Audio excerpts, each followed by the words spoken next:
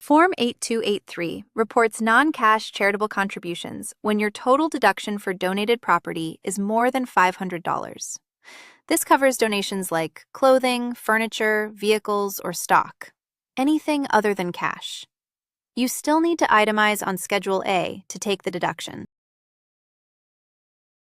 Enter your name and Social Security number from your Form 1040. In Section A, describe each donated item or group of items, the organization you gave it to, and its fair market value, which is generally what a willing buyer would pay, not what you originally paid. Goods must be in good used condition or better to be deductible. Donations over $5,000 usually require a qualified written appraisal and Section B. Always get a receipt from the charity, and keep photos and records of what you gave. Fill yours out free at FormsPal.com. This is general information, not tax advice.